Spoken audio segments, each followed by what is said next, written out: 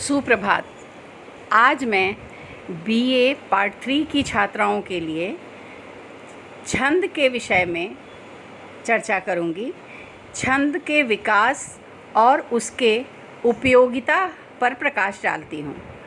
लय, वर्ण अथवा मात्राओं के व्यवस्थित और सुनियोजित अनुपात का नाम छंद है, जिसके द्वारा काव्य में स्थायित्व, प्रभाव और हृदयहारिता आती है। अर्थात छंद में लय होता है, वर्ण होते हैं और मात्राओं का मात्राएं होती हैं। इन तीनों का जो व्यवस्थित रूप होता है, सुनियोजित रूप होता है, वही छंद कहलाता है।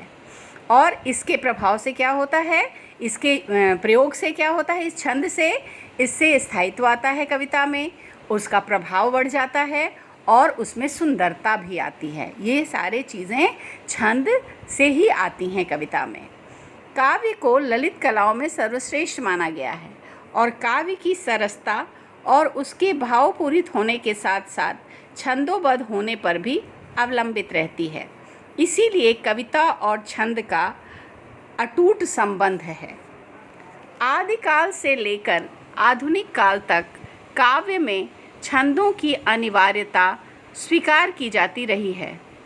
वो कविता चाहे तुकांत हो अथवा अतुकांत हो, मुक्त छंद में लिखा गया हो, पर उसमें छंद अनिवार्य रूप से रहता ही है। जैसे कि जब कभी चर्चा होती है कि मुक्त छंद है, तो लोग समझते हैं कि मुक्त छंद का मतलब है उसमें छंद नहीं है, लेकिन ऐसा नहीं होता है। वहाँ भी छंद होता है, क्योंकि उसमें छंद की जो मूल आत्मा है वो लय एवं प्रवाह है। और जो मुक्त छंद जिसे हम कहते हैं, जिस कविता को कि ये मुक्त छंद की कविता है, उसमें भी लय एवं प्रवाह रहता है, तभी वो कविता कहलाती है।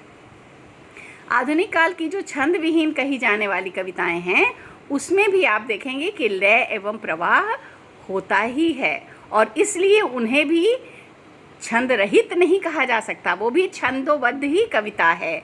इन कविताओं में मात्रा और वर्ण के नियमों का पालन न होने पर, जो मुक्त छंद की कविता है उसमें मात्रा और वर्ण के नियम का पालन नहीं होता है, यानी उसे गिन के नहीं रखा जाता, इसलिए उसे मुक्त छंद कविता कहते हैं। लेकिन उसमें प्रवाहमयता अवश्य ही विद्यमान रहती है। इस प्रकार जो छंद है वो काव्य के साथ अविच्छिन्न रहते हैं, उनसे अलग नहीं हो सकते। वेद संसार का आदि साहित्य है और वेदों के 6 अंग माने गए हैं। वो 6 अंग क्या हैं?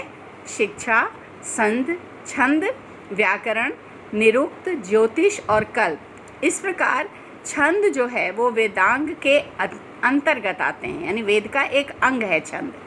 सामवेद में संगीतात्मकता का निर्वाह है। संगीतात्मकता छंद की एक महत्वपूर्ण विशेषता है। इस दृष्टि से भी छंदों का प्राचीन अस्तित्व प्रकट हो जाता है। छंद शास्त्र के प्राचीनतम आचार्यों में पिंगल मुनि का नाम सम्मान से लिया जाता है।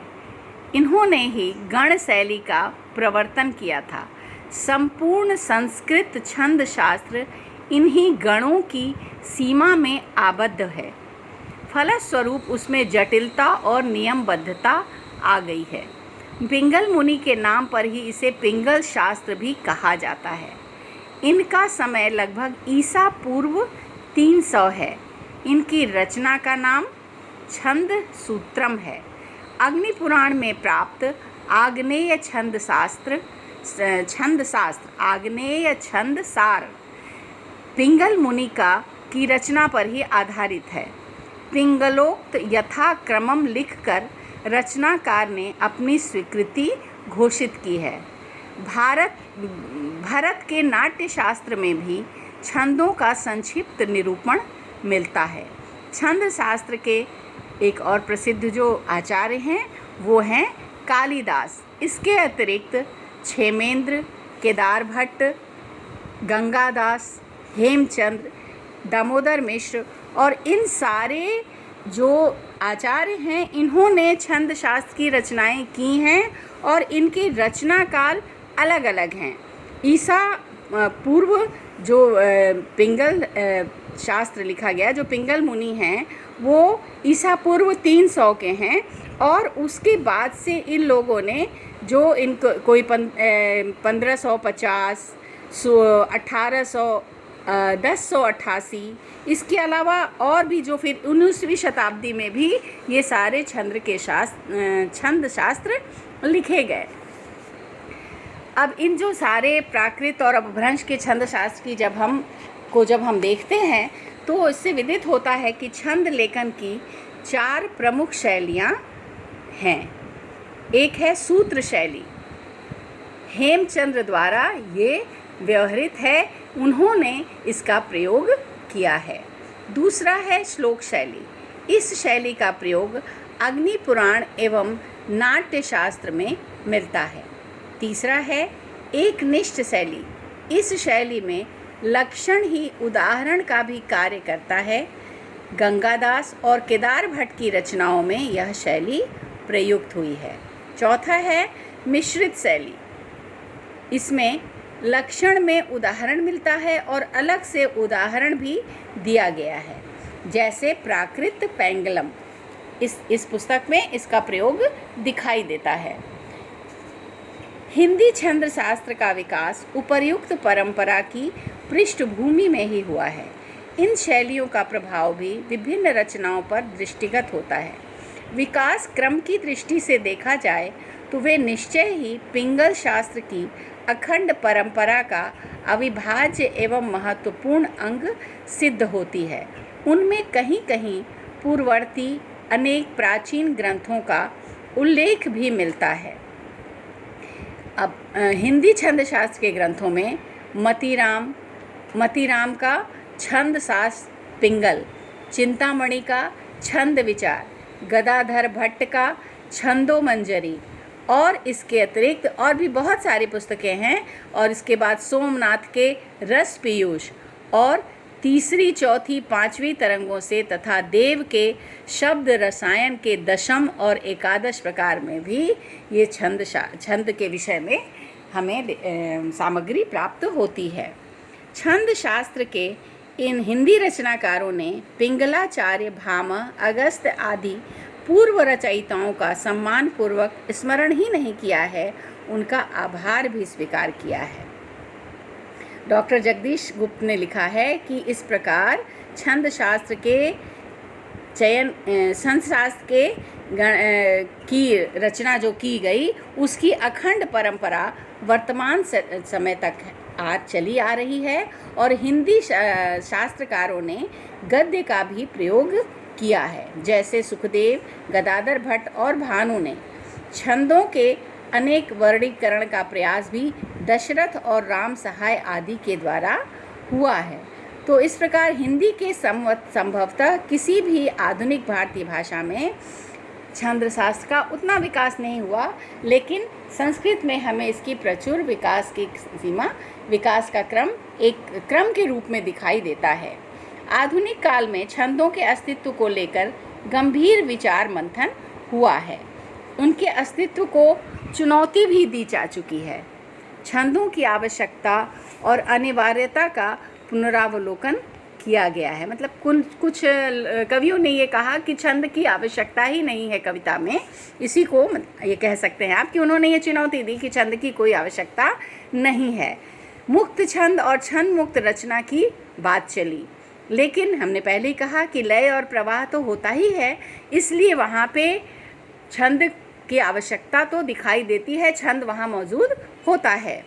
इन विचारकों में पंडित महावीर प्रसाद द्विवेदी, अयोध्या सिंह उपाध्याय, हरिऔध, सूर्यकांत त्रिपाठी निराला, सुमित्रानंदन पंत, लक्ष्मी नारायण सुधांशु तथा डॉक्टर पुत्तलाल शुक्ल के नाम उल्लेखनीय हैं। डॉक्टर शुक्ल का शोध प्रबंध आधुनिक हिंदी काव्य में छंद योजना विषय पर है तथा डॉक्टर शिवनंदन प्रसाद कृत मात्रिक छंदों का विकास ग्रंथ भी महत्वपूर्ण है। आचार्य द्विवेदी ने कविता में छंद की अपेक्षा भाव का महत्व दिया है। छंद की अपेक्षा उन्होंने भाव को ज़्यादा महत्व दिया। उनके अनुसार छंद की उतनी आवश्यकता नहीं है जितने की भाव के। संस्कृत, अंग्रेजी और बंगला के प्रयुक्त अतुकांत छंदों को अपनाने का सुझाव दिया। आचार्य द्विवेदी ने, महावीर प्रसाद द्विवेदी ने कहा कि छंद की उतनी आवश्यकता है नहीं कविता में, तो इसलिए उन्होंने इसी पृष्ठभूमि में निराला जी ने परंपरागत छंदों को कविता सृजन में बाधक माना और संस्कृत, अंग्रेजी और बंगला के छंदों का उन्होंने प्रयोग किया है। निराला सबसे बड़े मुक्त छंद के रचयिता माने जाते हैं। श्री हरिऔध ने कहा कि कवि कर्म अत्यंत दुरूह है और उन्होंने कहा कि छंद स्वच्छंद भावाव्यक्ति में बाधा डालते हैं, फिर भी उनका ये मानना है कि ये दुरूह है और कठिन है, लेकिन इसके बाद भी उन्होंने स्वयं वर्णिक एवं मात्रिक छंदों को अपनाया है। संस्कृत के वर्ण वृत्तों को हिंदी में अपनाकर हरिऔध जी ने साहित्य जगत में एक क्रांति उपस्थित की है। प्रिय प्रवास की भूमिका में उन्होंने लिखा है कि इस ग्रंथ को मैंने संस्कृत वृत्तों में ही लिखा है। जहाँ तक मैं अभिज्ञ हूँ, अब तक हिंदी भाषा में केवल संस्कृत छंदों में कोई ग्रंथ नहीं लिखा गया। अब जब हरिऔध जी ने इस संस्कृत के छंदों को अपनाया था तो बालकृष्ण भट्ट एवं धर्मेंद्र ब्रह्मचारी ने इनकी आलोचना भी की थी। किंतु किसी भी भाषा की समृद्धि और विकास के लिए आवश्यक है कि वह अपनी मूलभूत प्रवृत्तियों की रक्षा करते हुए अन्य भाषाओं की विशेषताओं को ग्रहण करने में संकोच न करे। इसलिए द्विवेदी जी ने संस्कृत छंदों को अपनाने का आग्रह किया था। उन्होंने स्वयं वर्णिक छंदों में कविताएं लिखी थीं। लक्ष्मीधर वाजपेयी ने मेघदूत का संस्कृत मदाक्रांता छंद में ही हिंदी अनुवाद किया था। उनकी भूमिका में श्री वाजपेयी ने लिखा था कि जब तक खड़ी बोली की कविता में संस्कृत के ललित वृत्तियों की योजना न होगी, तब तक भारत के अन्य प्रांतों के विद्वान उससे सच्चा आनंद नहीं उठा सकेंगे। कवि निराला ने शास्त्रबद्ध छंदों का विरोध किया था, किंतु स्वतः निर्मित छंद मुक्त छंद का प्रयोग किया। उनका कथन है कि मनुष्यों की मुक्ति की तरह कविता की भी मुक्ति होती है। मनुष्यों की मुक्ति कर्मों के बंधन से छुटकारा पाना है और कविता की मुक्ति छंदों के शासन से अलग हो जाना है। निराला जी ने मुक्त छंद का हिंदी में सफल प्रयोग भी किया। वो लिखते हैं कि मुक्त छंद भी अपनी विषम गति में एक ही साम्य का अपार सौंदर्य देता है। ये उन्होंने अपने काव्य संग्रह परिमल में लिखा था। छंद कविता में संगीतात्मकता, नाद सौंदर्य और लय रहता है, जिसके बिना छंद जो है वो परिपूर्ण नहीं होता है। पंत जी ने कहा कि कविता और छंद के बीच अत्यंत घनिष्ठ संबंध है। कविता हमारे प्राणों का संगीत है। कविता का स्वभाव ही छंद में लयमान होना है। जिस प्रकार नदी के तट अपने बंधन से धारा की गति को सुरक्षित रहते हैं, उसी प्रकार छंद भी अपने नियंत्रण से राग को स्पंदन, कंपन तथा वेग प्रदान करते हैं। निर्जीव शब्दों के रोड़ों में एक कोमल सजल कलरव भर उन्हें सजीव बना देता है। पंत ने अपने काव्य संग्रह पल्लव की भूमिका में ये छंद के विषय में लिखा था। पंत जी कविता में छंद को अनिवार्य मानते हैं। उसके अभाव में कविता गद्य हो जाती है, उनका ये मानना है। छंद कविता में संगीतात्मकता प्रदान करते हैं। यद्यपि छंद की साधना कठिन है, किंतु यदि कोई साधन इन्हें सिद्ध कर लेता है तो कवि के संकेत पर छंद नृत्य करते हुए चले जाते हैं। छंद कविता को प्रभावशाली, मधुर, मनोहर और आनंददायी बना देते हैं। संगीतात्मकता से मुक्त कविता अलौकिक आनंद प्रदान करती है। तो ये पंत जी का ये मानना था कि छंद जो है वो कविता के अनिवार्य तत्व हैं। छंदों के महत्व पर लक्ष्मी नारायण सुधांशु से लिखा है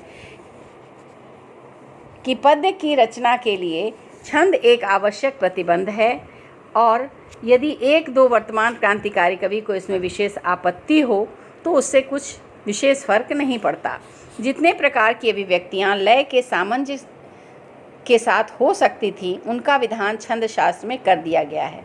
पर इसका तात्पर्य यह नहीं कि भावों को प्रकाशित करने के लिए जो विधान छंद शास्त्र में कर दिया गया है उससे अधिक के लिए अब गुंजाइश नहीं। छंदों की संख्या बढ़ाई जा सकती है, किंतु इस धारणा से नहीं कि पुराने छंद आधुनिक जीवन के उल्लास विषाद को व्यक्त करने में अनुपयुक्त हो गए हैं। सुधांशु जी ने ये स्वीकार किया। उन्होंने ये कहा कि हमें छंद शास्त्र में जितने भी छंदों के विधान हैं उन्हें तो हम स्वीकार करते हैं, उन्हें हमें करना चाहिए, लेकिन अगर आवश्यकता हो तो हम नए छंद भी गढ़ सकते हैं, लेकिन इसलिए नहीं कि हमें पुराने छंद छोड़ने हैं। ये बात मन में नहीं होनी चाहिए, ये सुधांशु जी ने कहा। निष्कर्ष है, यह निकलता है इन सारी बातों से कि काव्य में छंदों का महत्व अपरिमित है और नए नए छंदों का आविर्भाव और विकास कर कविता का नए नए रूपों में श्रृंगार किया जा सकता है। कभी कभी कविता का भाव स्पष्ट न होने पर भी छंद के आग्रह, लय, संगीत और उत्साह आदि के भाव हृदय को उच्छ्वासित कर देते हैं। वीर श्रृंगार और करुणा के भाव से भरी कविता में प्रायः ऐसा होता है। अर्थात मतलब जहाँ छंद अगर बद्ध नहीं भी है तो ये सारे जो भाव होते हैं वो हमारे हृदय को उत्साहित करते हैं। अतः छंदों का महत्व अपरिमित है, उनका प्रभाव अद्भुत होता है। वे भावों का उद्रेक तो करते ही हैं, उनमें तीव्रता भी प्रदान करते हैं। अतः छंद काव्य के आवश्यक तत्व हैं। धन्यवाद।